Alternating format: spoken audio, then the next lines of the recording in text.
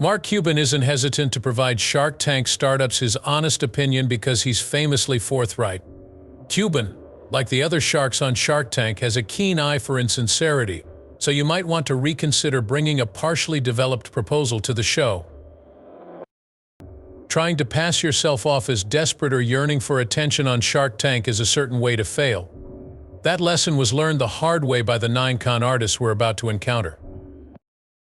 Mark Cuban, in contrast to these would-be business people, wasn't constructed on hollow promises but rather on solid foundations. Reality TV star Mark Cuban is more than that, you know. He amassed a commercial empire on his own and became a self-made billionaire.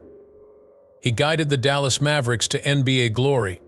Along with other entertainment industry heavyweights, he co-owns a media conglomerate. And his creation, Cost Plus Medications, is for people who want their prescriptions filled at a lower rate. Let it be said that Cuban has been the most famous investor on Shark Tank since his arrival in Season 3. He has the luxury of being selective with his net worth of approximately $5.4 billion. He has amassed 85 different companies worth of money over the course of 13 seasons, increasing the show's popularity and earning him Emmys. Cuban is a gambler at heart, and his Shark Tank portfolio is no exception. It has both winners and failures. His investments have paid off handsomely for businesses including Beatbox Beverages, 1031 Productions, and Rugged Maniac, all of which have made over $1 million. However, we must not overlook the failed handshake deals such as the one with Tycoon. The moniker Mark Cuban Billionaire is not without merit. He brings an extra level of drama to the show as the richest shark on the panel. Few Shark Tank pitches in 2012 were as outlandish as Ryan Naylor's. Most viewers had no idea they had an issue until Naylor entered the tank with a fresh solution.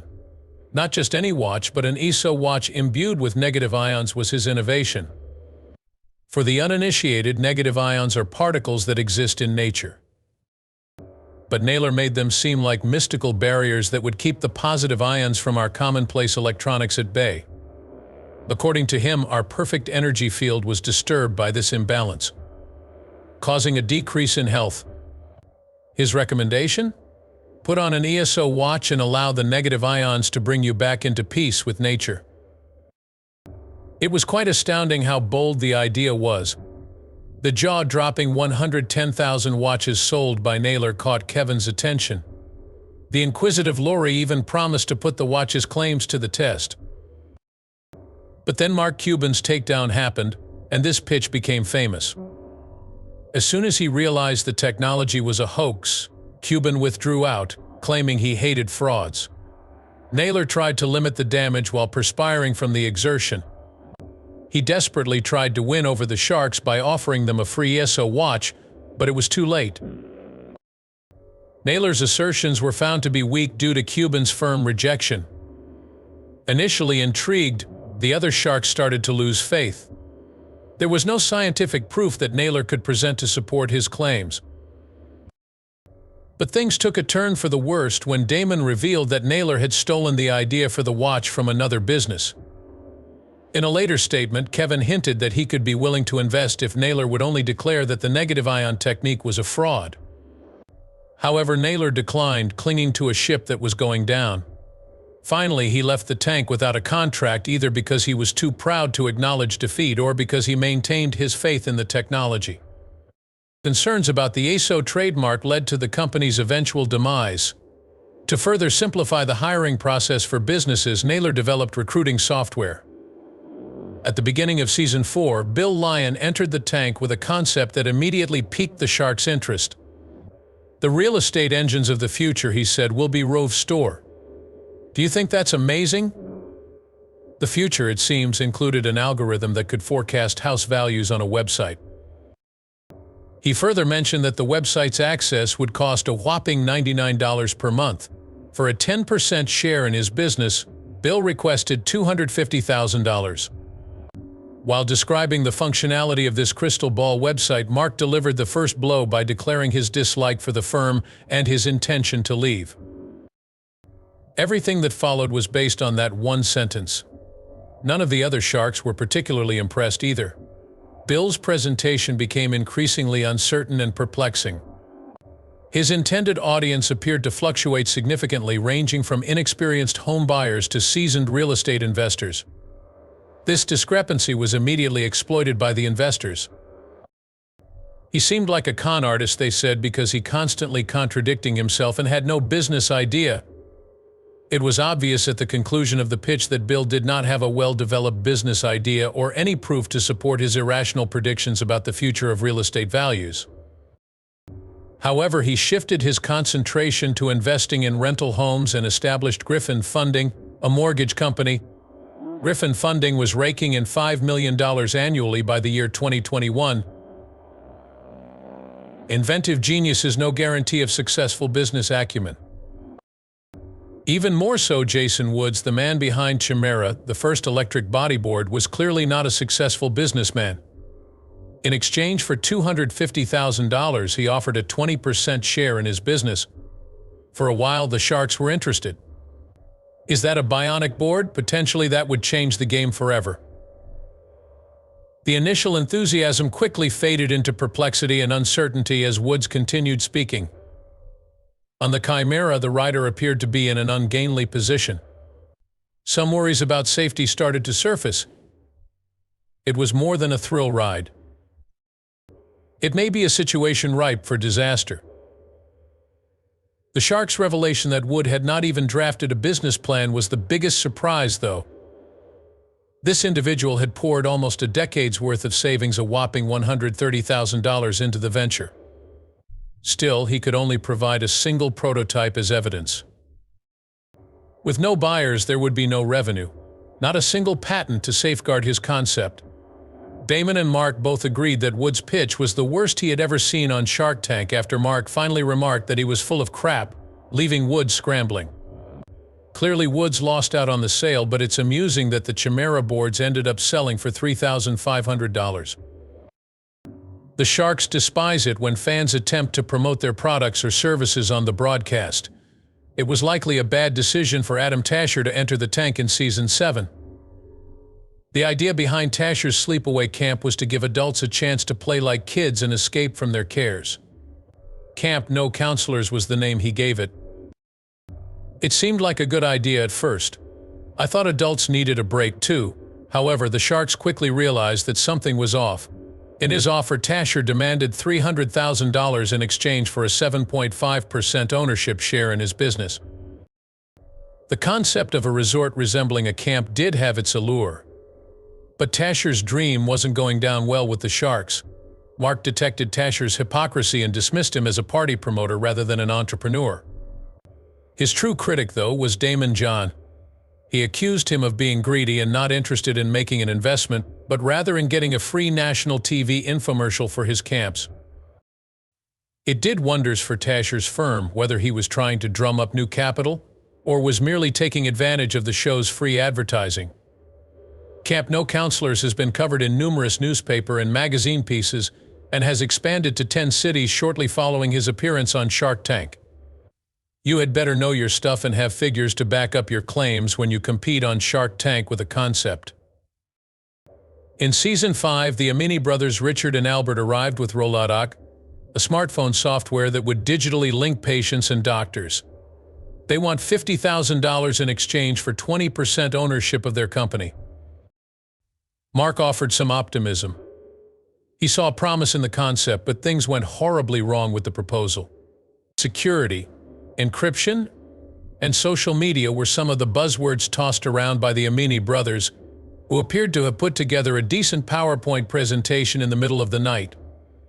However, nobody was fooled by these empty platitudes because no real strategy was in place to support them. At this point, Cuban had had enough and told them that their pitch was the worst he had ever seen. The other sharks gradually disappeared as they realized Radok may become a liability nightmare. When their dream deal encountered an iceberg, it went downhill as quickly as the Titanic, since they didn't have a solid business plan, persuasive strategy, or even a prototype to present. In the end, the Amini brothers returned home empty-handed. Since 2012, when they last made any changes to their website, it's reasonable to assume that their LinkedIn for Physicians initiative was unsuccessful. Aaron McDaniel, CEO and founder of Tycoon Real Estate, had a pitch in Season 6 that was so terrible that it went on to be inducted into the Shark Tank Hall of Fame. It was as if McDaniel had broken the real estate code when he walked in. The crowdfunding platform Tycoon Real Estate, he claimed, would level the playing field. The real estate industry, he said, would never be the same. The Sharks, however, were unimpressed. More and more, this democratization seemed like it would lead to catastrophe. There were enough warning signs in McDaniel's pitch to fill a stadium. Not content to wait, Mark Cuban began shouting his disapproval of the proposal, calling it a swindle. Even the most seasoned business owner could feel the effects of such a hit. The queen of real estate, Barbara Corcoran, herself piled on. She found the whole idea unsettling and rejected it. A deal-seeking Kevin even went so far as to inquire as to whether McDaniel had a record. As the pitch progressed, Cuban's contempt became increasingly apparent. He went so far as to accuse it of being an obvious knockoff in its name. Online real estate investing without oversight scared off all of the Sharks. Not only did they not put their financial trust in McDaniel, but his pitch was also failing to captivate home viewers. In the end, though, Mr. Wonderful decided to offer McDaniel a helping hand. Apart from giving McDaniel the $50,000 he had asked for, he also promised to rebrand the company entirely under the O'Leary name. One small catch remained.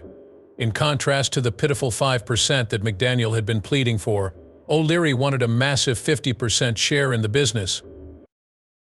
Unexpectedly, McDaniel declined. Instead of taking a lifeline from an experienced investor, he clung to his faltering firm. That was the deciding factor. The Sharks couldn't get rid of McDaniel quickly enough, as they were all in accord. Despite the setback, the company saw a surge in traffic and interest following his Shark Tank appearance, leading to the enrollment of thousands of users. Inventors Chris Sheldon and Van Gould each have their own special way of dealing with an issue that they may have created. They have seen that individuals are constantly glued to their phones instead of interacting with each other, and they claim to have the answer. The concept of no phone was therefore born. You read that correctly, everyone, with no phone. Gould and Sheldon came up with the revolutionary idea of a feature-free phone in a screen-obsessed society.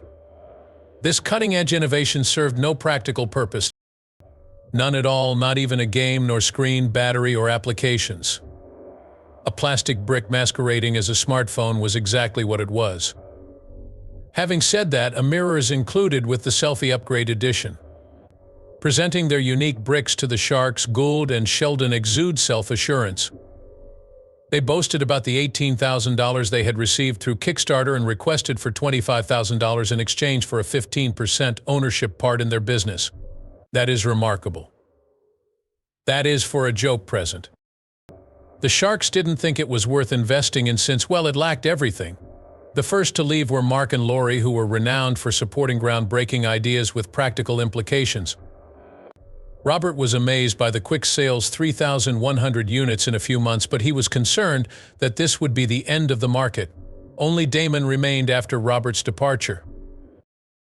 Kevin captured it all with a single phrase that crushed Gould's and Sheldon's final hope. He called their proposal poo-poo. He claimed he would feel foolish investing in something without a phone. The Season 7 conclusion featured Manish Sethi's entry into the tank, accompanied by Pavlock, a watch-like gadget that, shockingly, offered to help people quit unhealthy behaviors. I mean it. Sethi gave a polished presentation, but the Sharks still weren't sold. Mark did not hesitate to brand it a hoax, dampening Sethi's excitement. Additionally, Barbara mentioned that the entire presentation was difficult and draining for her. However, the Sharks' reaction to the appraisal was the most unexpected part. Sethi demanded $500,000 for a mere 3.14% stake in his business. His company was worth about $16 million, according to the calculations. Kevin was perplexed as to how he had managed to get such an absurdly high corporate evaluation. The main issue with Sethi's product was that he did not provide any proof that it worked. Aside from a compilation of studies on aversion therapy, he failed to present any data or results from clinical trials. Robert couldn't help but marvel why Sethi thought he could shock himself when he clearly lacked self-control when it came to not chewing his nails. When asked for a response, Sethi froze. But Mark interrupted him by shouting that it was all a big farce. As a last-ditch attempt, Sethi claimed the gadget wouldn't function unless you specifically told it not to, which infuriated Cuban to the point that he accused Sethi of being a con artist. The only one who expressed interest was Kevin, who generously offered Sethi the full $500,000 but only as a loan with 7.5% interest for 2 years rather than an investment. Sethi shocked everyone by declining. Except for Kevin, he claimed he would negotiate with any shark. The shark was floored by this daring maneuver. The sharks promptly removed Sethi from the tank after he uttered a string of profanities. They said he was a gold digger who wasn't interested in investing but rather in getting his face on television. Shark Tank viewers know full well that Mark Cuban enjoys nothing more than exposing con artists, and that he has a particular healthy dose of skepticism when it concerns diet pills. Barrett Jr. in the premiere of Season 11, Jacques and Crom Carmichael, who appeared oblivious to the fact, presented their weight loss snack bar enterprise. With a rather bewildering concept, Jacques and Carmichael entered the tank. In exchange for 20% ownership in Minuscule, they sought $500,000 in funding. According to their posh advertisements, snack bars could aid with weight loss. On the other hand, a major problem agitated everyone in the tank. They insisted throughout their pitch that Minuscule was not a weight loss supplement. Feeling bewildered? The sharks were definitely. Their secret sauce was Co-Leaf, a blend of natural fermented green tea that they claimed could inhibit fat absorption and reduce cholesterol. Jacques and Carmichael seemed to be contradicting themselves, which made Cuban rapidly become tired of the pitch. The company insisted it wasn't a weight loss product, even though their ads made that point quite plain. The other sharks' irritation level rose in direct proportion to the incisiveness of Mark's inquiries. Gradually, they all began to bail, unable to commit to a product that was so perplexing. Kevin just claimed he was done, although Robert did inquire about the flavor. Even though it was meant to be a great venue for them to sell their goods, Minuscule's experience on Shark Tank was anything but. Cuban warned the crowd not to purchase the Minuscule snack bars since, in his opinion, the company behind them was involved in a fraud, and they left without a deal either. Minuscule Alalas went bankrupt not long after the concert. On Amazon, it was met with scathing criticism, receiving an average rating of 1.9 stars. The website and social media accounts have gone dark, which is to be expected given that production has ceased.